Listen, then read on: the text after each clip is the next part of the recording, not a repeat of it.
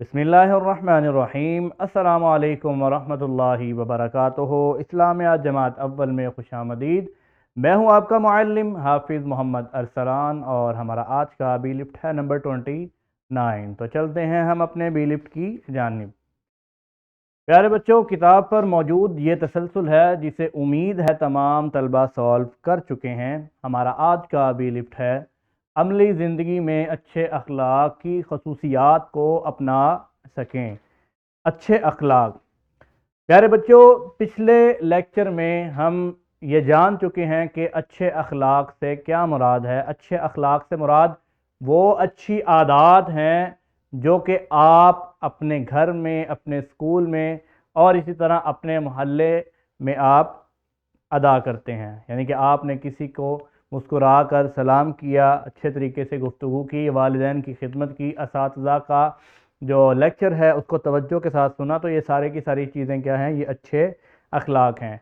और इसके अलावा क्या क्या अच्छे अखलाक में चीज़ें शामिल हैं, आज के इस लेक्चर में हम उनको जानेंगे। यहाँ पर आप देख सकते हैं कि एक बच्चा जो है वो अपने बुज़ुर्ग की खिदमत कर रहा है। तो आप भी इस तरह अपने असातिज़ा की और अपने वालिदैन की खिदमत कर सकते हैं। ये भी अच्छे अखलाक में शामिल है। प्यारे बच्चों, हमें क्या करना चाहिए? हमें अच्छे काम करने चाहिए और बुरे कामों से हमें क्या करना चाहिए? बचना चाहिए। अच्छे कामों में जो दीगर चीज़ें शामिल हैं उनके बारे में हम जानेंगे। हमें हमेशा सच बोलना चाहिए और झूठ से बचना चाहिए, क्योंकि झूठ ये बुरा काम है और सच बोलना ये एक अच्छी आदत है। इसी तरह घर और स्कूल में हमें क्या करना चाहिए? सफाई रखनी चाहिए, क्योंकि अगर हमारा घर और स्कूल साफ़ सुथरा होगा तो हम बहुत सी बीमारियों से पाक और साफ़ रह सकते हैं। इसी तरह हमें सबको सलाम करना चाहिए। तो जब भी आप क्लास में दाखिल हों तो क्लास में दाखिल होते वक्त सबसे पहले आप दीगर जो तालिब इल्म मौजूद हों उनको सलाम करें। इसी तरह अपने असातिज़ा को भी आप सलाम करेंगे और अपने मोहल्ले और अपने घर में भी सबको सलाम करें। असातिज़ा और वालिदैन की इज़्ज़त करनी चाहिए, क्योंकि ये भी अच्छे अखलाक में हैं। वालिदैन जो हैं वो हमें इस दुनिया में लाए और हमारे असातिज़ा जो हैं वो हमें इस दुनिया में रहने का और इस दुनिया में अपनी ज़िंदगी गुजारने का जो सलीका और तरीका है उसके बारे में आगाही देते हैं। दोस्तों के साथ अच्छा सलूक करना ये भी अच्छे अखलाक में से है।